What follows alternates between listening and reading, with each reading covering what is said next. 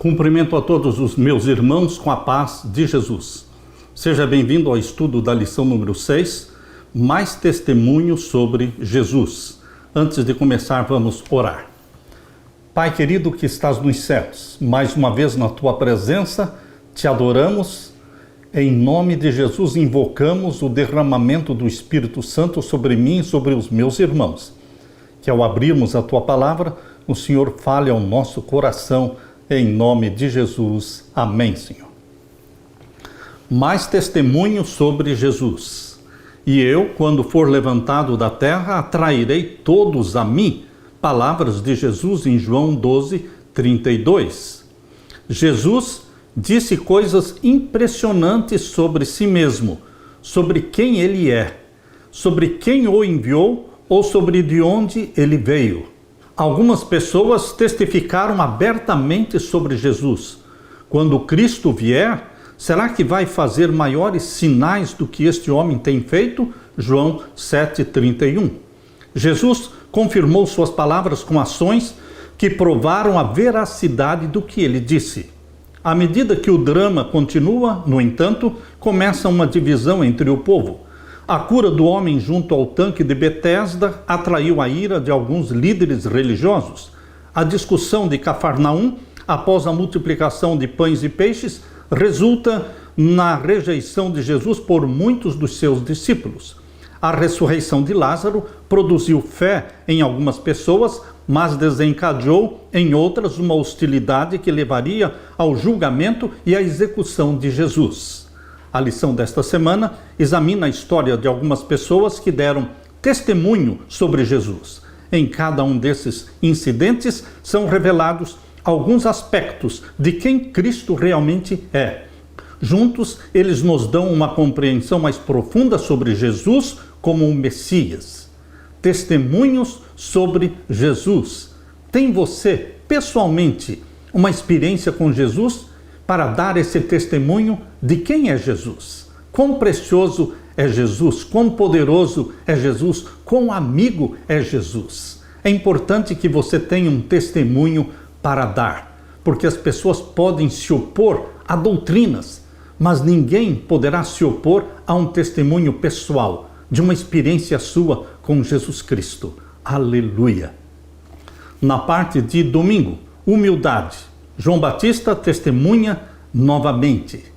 João Batista é um símbolo da humildade. A lição 2 descreveu como o testemunho de João Batista levou até Jesus os primeiros discípulos. André e João, Pedro, Filipe e Natanael, todos foram frutos do testemunho de João Batista. Seria de se esperar que o próprio João Batista, tendo dado o seu testemunho, saísse de cena. Mas ele reaparece diversas vezes no Evangelho de João. Por isso vamos ler agora João, capítulo 3.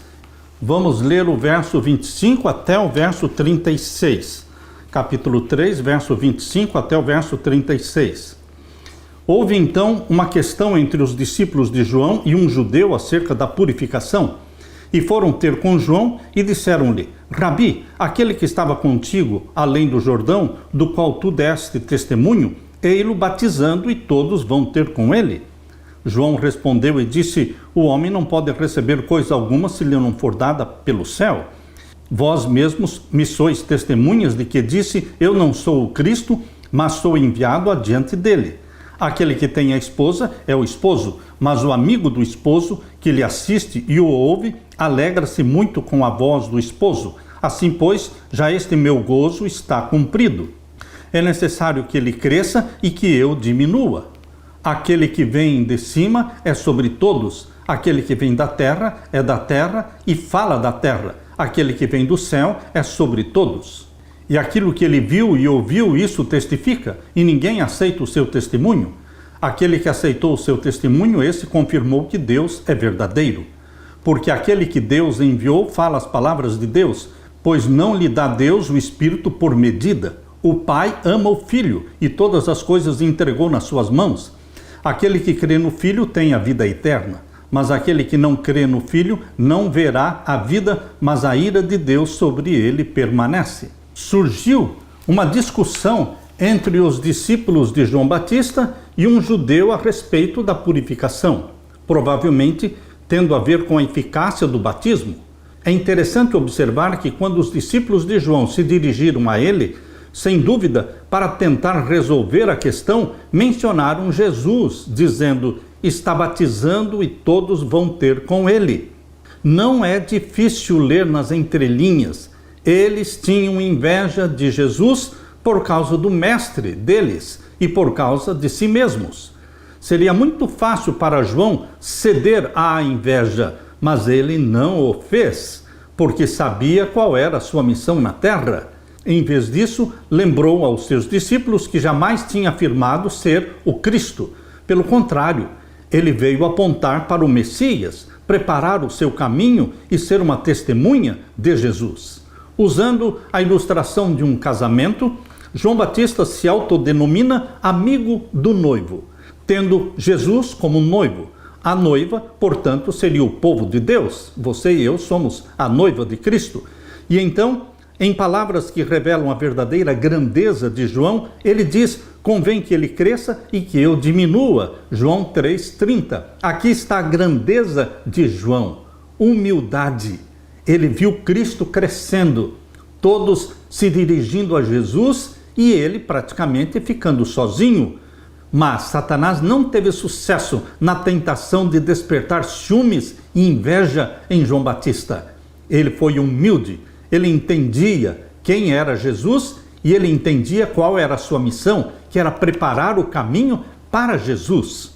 João 3, 31 a 36, continua a comparação entre Jesus e João Batista, mostrando a superioridade do Messias sobre o seu precursor. A ideia de testemunho é enfatizada novamente pelo testemunho de João, que aponta para Jesus. Os que recebem esse testemunho e creem em Jesus têm a vida eterna. Aqueles que não o recebem permanecem sob a ira de Deus. Isso é o que diz o texto. Deus ama o mundo e enviou seu Filho para redimir o mundo. João 3,16. Amou o mundo de tal maneira que deu seu Filho unigênito, para que todo aquele que nele crê não pereça, mas tenha a vida eterna.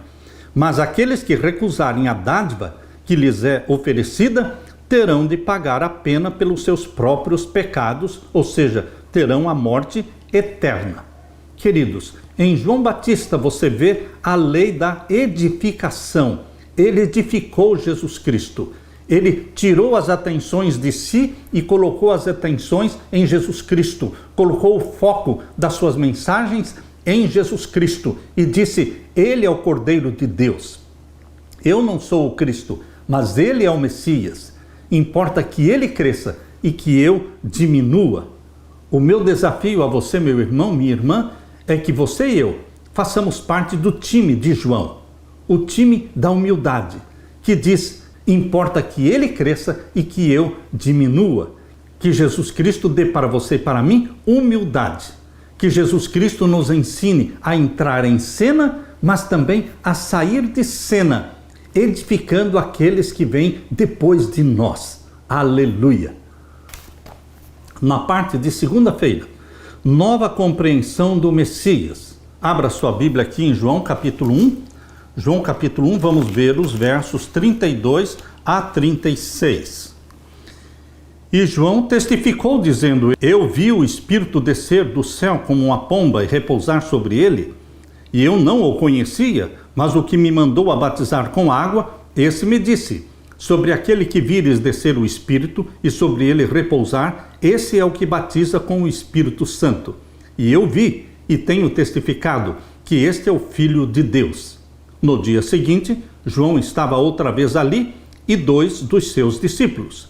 E vendo passar Jesus, disse: eis aqui o Cordeiro de Deus. E os 2 discípulos ouviram-no dizer isto e seguiram a Jesus.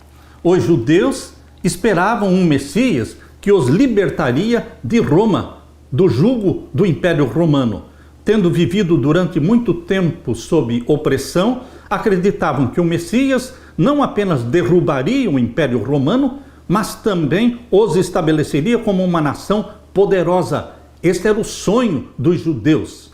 Mas quando Jesus veio de forma humilde e não falando contra o Império Romano, eles se decepcionaram pela forma humilde como veio o Messias. As palavras de João, chamando Jesus de o Cordeiro de Deus, João 1,29, embora apontassem para o seu sacrifício expiatório, provavelmente foram mal interpretadas pela maioria das pessoas. Muitas delas não sabiam do que João Batista estava falando quando falava de Jesus Cristo como Cordeiro de Deus. Eles não estavam entendendo a mensagem. Assim, João, com o seu evangelho, pretendia mudar a compreensão dos judeus sobre o Messias, para que reconhecessem em Jesus o cumprimento das profecias a respeito do rei vindouro e das suas obras. Cristo não veio como um líder político ou militar, mas com o propósito de se oferecer como sacrifício expiatório pelos pecados do mundo. Somente depois disso, quando tudo estiver consumado, é que Jesus Cristo será entronizado como Rei dos Reis. Quando, no batismo de Jesus, João o apontou como Cordeiro de Deus que tira o pecado do mundo, nova luz foi projetada sobre a obra e a missão do Messias. A mente do profeta foi dirigida às palavras do profeta Isaías, quando diz: como cordeiro foi levado ao matadouro. Isaías 53, verso 7. João Batista disse: eu mesmo não o conhecia. João 1,31. Então, de que maneira ele reconheceu Jesus como Messias? A resposta é que o Senhor que enviou João para fazer o trabalho já lhe havia dito: aquele sobre quem você vir descer e pousar o Espírito, esse é o que batiza com o Espírito Santo. Pois eu mesmo vi e dou testemunho de que ele é o Filho de Deus. João 1:33 e 34. Deus revelou a João que Jesus era o Messias. A convicção encheu a mente de João Batista. Cristo é o poder de Deus. Cristo é a sabedoria de Deus. 1 Coríntios 1:24. O conhecimento de que Jesus é o Cristo vem de Deus, por meio do poder convincente do Espírito Santo. Esse tema aparece com frequência no Evangelho de João. A salvação não vem da filosofia humana, não vem da ciência ou da instrução avançada. A salvação vem somente de Deus, para um coração rendido em fé e obediência a Jesus. Queridos, nós precisamos nos apaixonar por Jesus. Olhar para Jesus não só como o Cordeiro de Deus que tira o pecado do mundo, mas olhar para Jesus como o Cordeiro de Deus que tira o nosso pecado. Você e eu precisamos nos apropriar do sangue de Jesus. O sangue de Jesus derramado na cruz do Calvário é para perdão dos meus e dos seus pecados. Uma experiência pessoal com Jesus, aceitando-o como Salvador, é que nos dará a salvação e a vida eterna. Aleluia! Na parte de terça-feira, aceitação e rejeição. Abra sua Bíblia agora em João capítulo 6. João capítulo 6, vamos ver os versos 51 até o verso 71. Leia comigo. Eu sou o pão vivo que desceu do céu. O povo judeu conhecia muito bem a história do pão, do maná. Agora, Jesus está declarando: eu sou o pão vivo que desceu do céu. Se alguém comer deste pão, viverá para sempre. E o pão que eu der é a minha carne, que eu darei pela vida do mundo. Disputavam, pois, os judeus entre si, dizendo: como nos pode dar este a sua carne a comer? Jesus, pois, lhes disse: na verdade vos digo, que se não comerdes a carne do Filho do Homem e não beberdes o seu sangue, não tereis vida em vós mesmos. Quem come a minha carne e bebe o meu sangue, tem a vida eterna, e eu o ressuscitarei no último dia. Porque a minha carne verdadeiramente é comida, e o meu sangue verdadeiramente é bebida. Quem come a minha carne e bebe o meu sangue, permanece em mim e eu nele. Assim como o Pai que vive me enviou, e eu vivo pelo Pai, assim quem de mim se alimenta também viverá por mim. Este é o pão que desceu do céu. Não é o caso de vossos pais, que comeram o maná e morreram. Quem comer este pão viverá para sempre. Ele disse estas coisas na sinagoga, ensinando em Cafarnaum. Muitos, pois, dos seus discípulos, ouvindo isto, disseram: duro é este discurso, quem o pode ouvir? Deste momento em diante, muitos discípulos começaram a abandonar Jesus, deixaram de seguir a Jesus. Verso 61. Sabendo, pois, Jesus em si mesmo que os seus discípulos murmuravam disto, disse-lhes: isto vos escandaliza? Que seria, pois, se visseis subir o Filho do Homem para onde primeiro estava? O Espírito é o que vivifica, a carne para nada aproveita. As palavras que eu vos disse são Espírito e vida. Mas há alguns de vós que não creem, porque bem sabia Jesus desde o princípio quem eram os que não criam e quem era o que o havia de entregar. E dizia: por isso eu vos disse que ninguém pode vir a mim se por meu Pai lhe não for concedido. Desde então, muitos dos seus discípulos tornaram para trás e já não andavam com ele. Então disse Jesus aos 12: quereis vós também retirar-vos? Respondeu-lhe, pois, Simão Pedro: Senhor, para quem iremos nós? Tu tens as palavras da vida eterna, e nós temos crido e conhecido que tu és o Cristo, o Filho de Deus. Respondeu-lhe Jesus: não vos escolhi a vós os 12? E um de vós, é o diabo. E isto dizia ele de Judas Iscariotes, filho de Simão, porque este o havia de entregar, sendo um dos 12. Depois de ser alimentado miraculosamente por Jesus, o povo estava pronto para coroá-lo, torná-lo rei. Mas ao falar posteriormente na sinagoga de Cafarnaum, ele explicou o significado espiritual do milagre. Eu sou o pão da vida. O povo tinha comido do pão e dos peixes. Mas agora Jesus está dizendo: este pão que vocês comeram simboliza o Cordeiro de Deus. Eu sou o pão vivo que desceu do céu. Jesus explica que esse pão é a sua carne, que ele daria pela vida do mundo. Essa declaração abriu os olhos da multidão para o fato de que Jesus não seria seu rei terrestre. O sonho deles de ter um rei político, civil, militar, que os libertaria do jugo do Império Romano, este sonho desabou. O Messias, Cordeiro de Deus, que morreria pelo mundo, não se encaixava nos padrões do pensamento terreno dos judeus. Aquelas pessoas recusavam a conversão, o que transformaria a forma como pensavam e as levaria a reconhecer e aceitar Jesus como Messias. Muitos dos seus discípulos o abandonaram naquele momento. Do ponto de vista humano, isso deve ter sido muito difícil para Jesus. Ser aprovado pela multidão é bastante agradável. Quem não quer ser amado? Mas, naturalmente, ver muitos se afastando, questionando o que dizemos, é desanimador. Ao ver a multidão indo embora, Jesus perguntou ao círculo de amigos, os 12, se eles queriam também se retirar.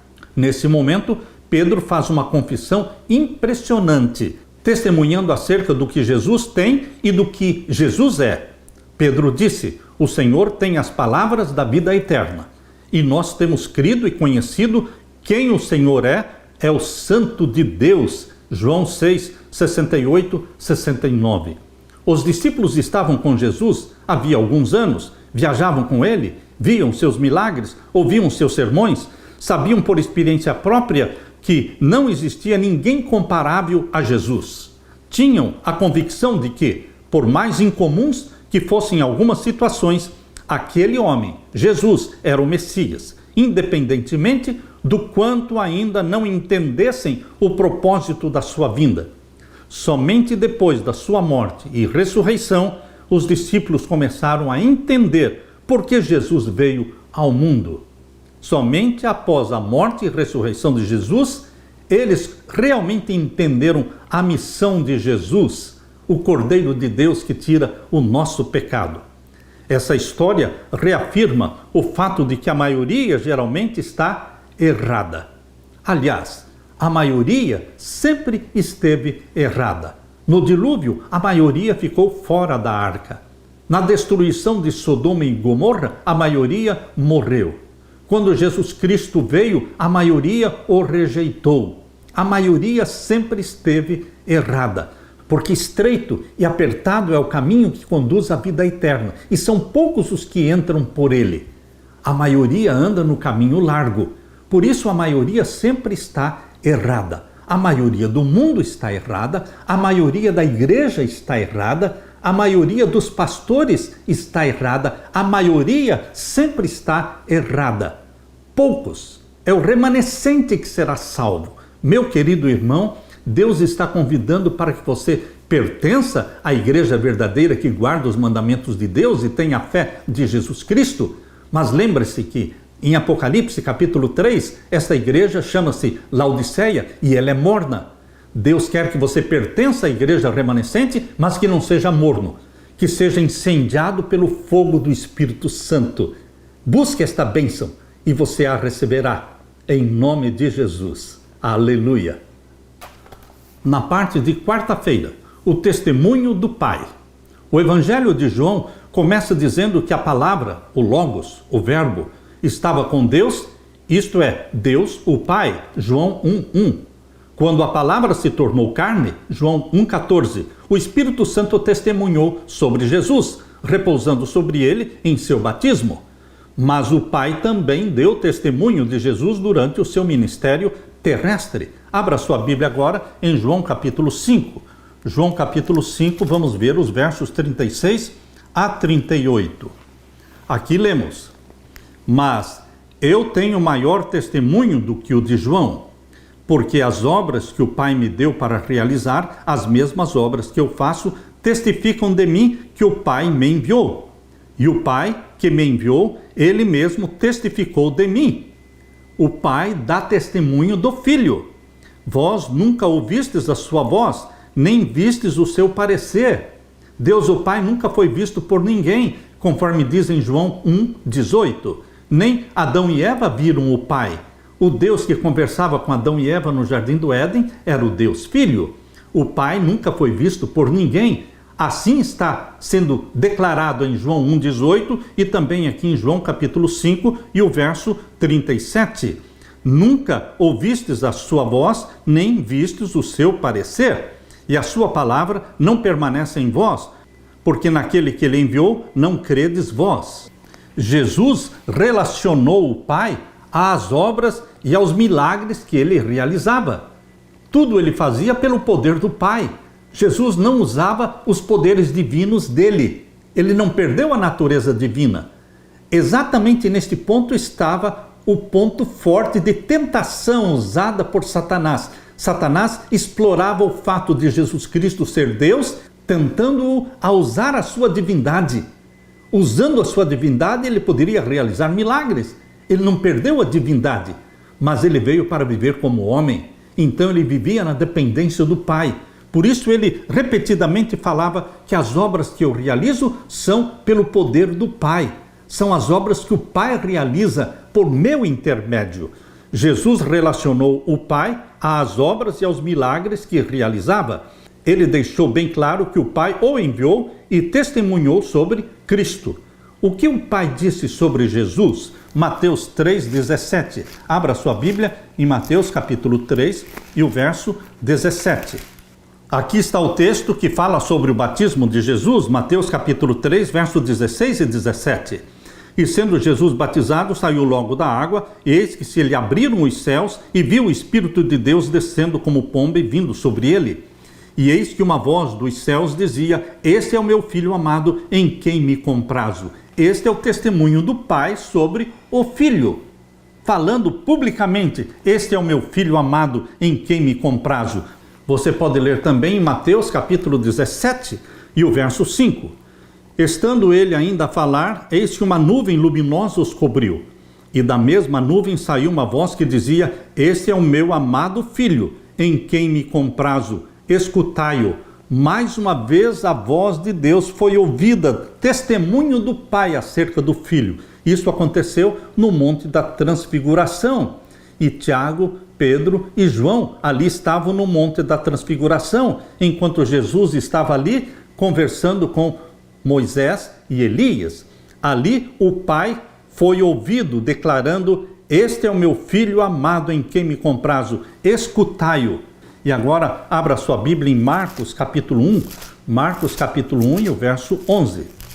E ouviu-se uma voz dos céus que dizia: Tu és o meu Filho amado, em quem me comprazo. e leia também Lucas capítulo 3 e o verso 22. Lucas 3, 22. E o Espírito Santo desceu sobre ele em forma corpórea, como uma pomba, e ouviu-se uma voz do céu que dizia: Tu és o meu filho amado, em ti me tenho comprazido. Por que o pai deu testemunho do filho? Porque o filho, como ser humano que estava vivendo na terra, sem usar os seus poderes divinos, ele dependia da aprovação do pai, entender que o pai se agradava dele. Portanto, estes testemunhos do pai acerca de Jesus fortaleceram Jesus Cristo na sua missão de não desistir, de morrer por você e por mim e de salvar a humanidade. Abra sua Bíblia também na segunda carta de Pedro. Segunda carta de Pedro, vamos ler o capítulo 1 e o verso 17 e 18. Segunda carta de Pedro, capítulo 1, verso 17 e 18. Porquanto ele recebeu de Deus Pai honra e glória, quando da magnífica glória lhe foi dirigida a seguinte voz: Esse é o meu Filho amado, em quem me tenho comprazido. E ouvimos esta voz dirigida do céu, estando nós com ele no Monte Santo. Mais uma vez, aqui Pedro fala também do testemunho do Pai. Em um momento crucial do ministério de Cristo, o Pai falou mais uma vez, conforme registrado no Evangelho de João. A situação estava atingindo o auge nos últimos dias do ministério de Jesus. Os líderes religiosos, incapazes de detê-lo, estavam planejando matá-lo. Matá-lo agora era o plano deles mais do que nunca. As multidões estavam entusiasmadas com Jesus, porque cada vez mais pessoas, ouvindo o testemunho dos que ouviram ressuscitar Lázaro, estavam começando a seguir Jesus. Até os gregos presentes na festa queriam ver Jesus.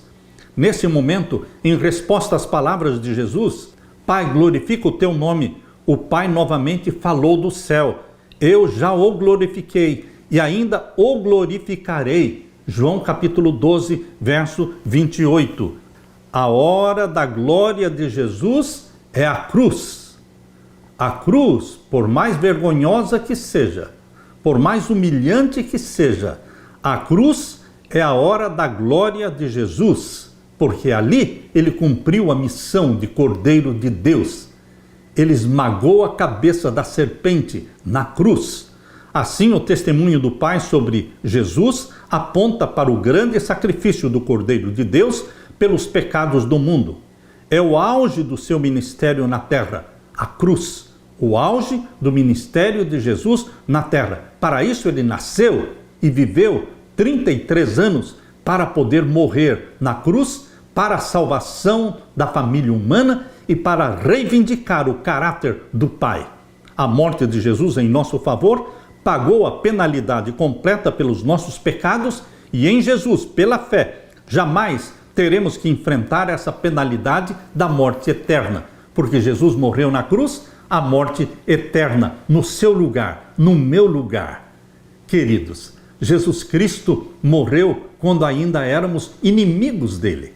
Antes de nascermos, Jesus já tinha morrido por nós. Queridos, todos os que nascem neste mundo, nascem destinados à salvação.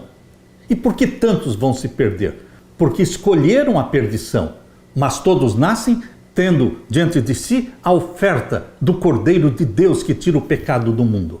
Abraçando a Jesus, aceitando-o como Salvador, não teremos a penalidade da morte eterna, mas teremos o dom gratuito de Deus, que é a vida eterna em Cristo Jesus. Aleluia! Na parte de quinta-feira, o testemunho da multidão. Jesus disse: se alguém tem sede, venha a mim e beba. Quem crer em mim, como diz a Escritura, do seu interior fluirão rios de água viva. João capítulo 7, versos 37 e 38. João registra várias vezes em que Jesus fez declarações ousadas sobre si mesmo, sobre quem ele é e o que ele veio fazer. O texto de João 7, 37 e 38 é outro exemplo do que Jesus afirmou sobre si mesmo e sobre o que faria a todos os que viessem até ele. Essas também são reivindicações impressionantes. Eu sou a água da vida. Aquele que de mim beber nunca mais terá sede.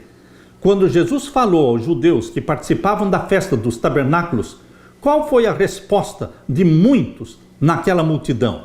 Quando Jesus fez estas declarações de João 7, versos 37 e 38, qual foi a reação da multidão? Vamos ler João capítulo 7 e os versos 37 a 53. E no último dia, o grande dia da festa, Jesus pôs-se em pé e clamou, dizendo: se alguém tem sede, venha a mim e beba. Aqui está falando da festa dos tabernáculos, que durava 7 dias. E no último dia da festa, Jesus se levantou e declarou. Jesus se pôs em pé e clamou, dizendo: se alguém tem sede, venha a mim e beba. Quem crê em mim, como diz a Escritura, rios de água viva correrão do seu ventre. E isto disse ele do Espírito que haviam de receber os que nele crescem, porque o Espírito Santo ainda não fora dado, por ainda Jesus não ter sido glorificado. Quando Jesus disse: aquele que crer em mim receberá da água da vida, que se fará nele uma fonte a jorrar para a vida eterna, Jesus estava falando do derramamento do Espírito Santo. Aquele que abraça a Jesus como Salvador é batizado pelo Espírito Santo. Primeiro ele nasce do Espírito Santo, da água e do Espírito. Depois ele é batizado pelo Espírito Santo. E o Espírito Santo sendo derramado sobre você e sobre mim, faz de nós uma fonte a jorrar de água viva. Isto ele falou do Espírito Santo. Você já foi batizado pelo Espírito Santo, meu querido irmão, minha querida irmã? É esta fonte de água viva que o Espírito Santo produz e gera em você. E então, diz o verso 40, muitos da multidão, ouvindo esta palavra, diziam: verdadeiramente este é o profeta. Aqui está o testemunho da multidão. Primeiro o testemunho de João, testemunho do Pai, e agora o testemunho da multidão, que disse: verdadeiramente este é o profeta. Outros diziam: este é o Cristo. Mas diziam outros: vem pois o Cristo da Galileia? Sempre existiram os opositores. Não diz a Escritura que o Cristo vem da descendência de Davi e de Belém, da aldeia de onde era Davi? Eles eram ignorantes, eles não sabiam que Jesus Cristo tinha nascido em Belém. Eles desconheciam a história do nascimento de Jesus. Assim, entre o povo havia dissensão por causa dele. Verso 44. E alguns deles queriam prendê-lo, mas ninguém lançou mão dele. E os servidores foram ter com os principais dos sacerdotes e fariseus, e eles lhes perguntaram: por que o não trouxestes? Responderam os servidores: nunca homem algum falou assim como este homem. Testemunho dos próprios soldados que foram enviados para prender Jesus. Eles voltaram sem o prisioneiro. E então perguntaram: por que não o prenderam? E aí vem o testemunho dos guardas, dos soldados. Porque nunca homem algum falou assim como este homem. E o verso 47. Responderam-lhes, pois, os fariseus: também vós fostes enganados? Creu nele, porventura, algum dos principais ou dos fariseus? Lógico, Nicodemos era fariseu e fazia parte do Sinédrio. E Nicodemos creu em Jesus Cristo. Só que a maioria daqueles líderes desconhecia o fato de que Nicodemos, no seu coração, cria em Jesus. Desconheciam aquela entrevista noturna de Nicodemos com Jesus Cristo, quando realmente ele abriu o coração para Jesus. Por isso, esta pergunta, verso 48, creu nele, porventura, algum dos principais ou dos fariseus? Qual é a resposta? Sim, alguns creram. Nicodemos é um deles. Mas esta multidão que não sabe a lei é maldita? Não, meu querido irmão. A multidão que não sabe a lei não é maldita. Maldito é aquele que não crê em Jesus como Salvador. Verso 50. Nicodemos, que era um deles, o que de noite foi ter com Jesus, disse-lhes: porventura, condena a nossa lei um homem sem primeiro ouvir e ter conhecimento do que faz? Nicodemos estava publicamente protegendo Jesus, tentando impedir que o matassem. Por isso ele fez esta sugestão, esta observação.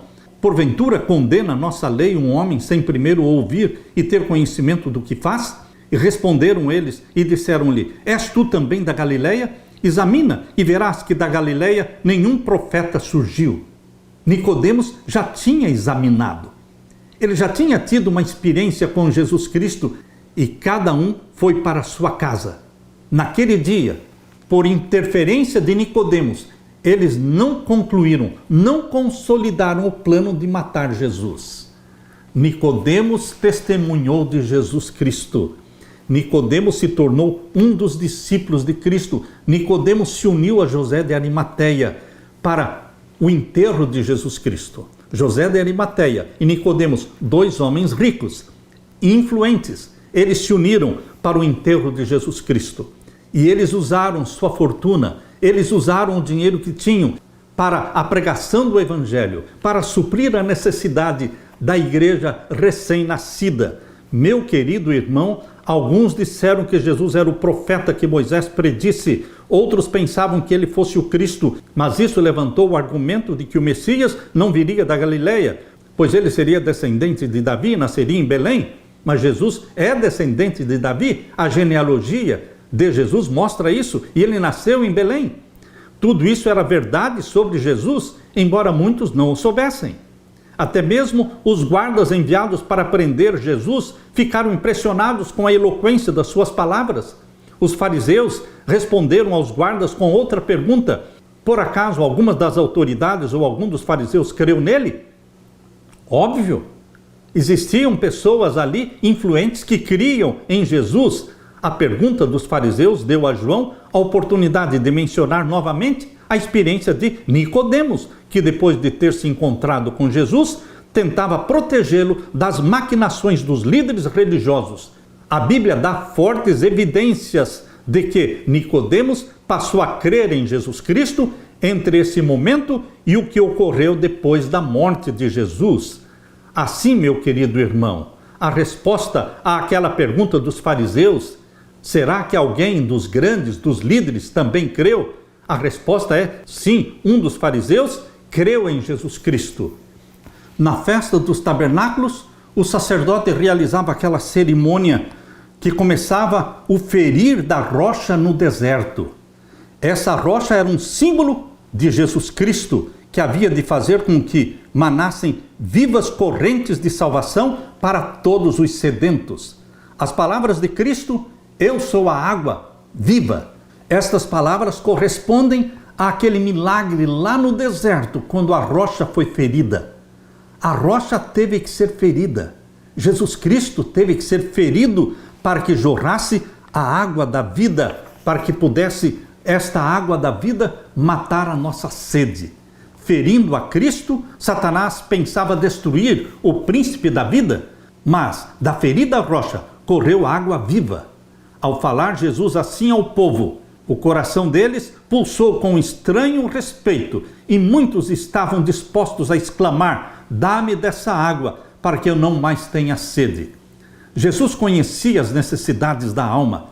Pompas, riquezas e honras não podem satisfazer o coração, nunca satisfazem o coração. Se alguém tem sede, Jesus disse: venha a mim. O rico, o pobre, o elevado, o humilde são igualmente bem-vindos. Ele promete aliviar os espíritos preocupados, confortar os tristes e dar esperança aos desanimados. Aquele súbito brado dado por Jesus Cristo: se alguém tem sede, venha a mim e beba da água viva. Isto despertou o povo, fez reaviver uma nova esperança. O brado de Cristo para as almas sedentas está ecoando ainda e apela para nós com poder ainda maior do que aqueles que ouviram o brado de Jesus lá naquele último dia da festa dos tabernáculos. A fonte está aberta para todos, aos cansados e exaustos. Oferecem-se os refrigerantes sorvos da vida eterna. Jesus clama ainda: se alguém tem sede, venha a mim e beba. Quem tem sede, venha, e quem quiser, tome de graça da água da vida. Aquele que beber da água que eu lhe der, nunca terá sede, porque a água que eu lhe der se fará nele uma fonte d'água que salte para a vida eterna. Aleluia! Que você beba desta água, meu irmão, minha irmã. e que sejamos uma fonte a jorrar desta água viva, jorrando para mitigar a sede das almas sedentas de salvação. Estamos cercados de almas sedentas da salvação e nós temos que ser esta fonte a jorrar, porque o Espírito Santo está sendo derramado sobre você e sobre mim. Aleluia! Deixe-me orar com você. Pai querido, que estás nos céus, obrigado pela fonte a jorrar, a rocha ferida, Jesus Cristo. E desta rocha ferida, a água viva está jorrando, trazendo salvação e vida eterna para nós. Derrama sobre mim, os meus irmãos, o Espírito Santo, para que sejamos também uma fonte a jorrar e a mitigar a sede das almas sedentas, levando a todos a salvação em Cristo.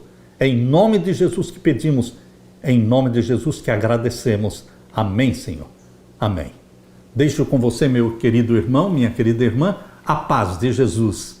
Amém.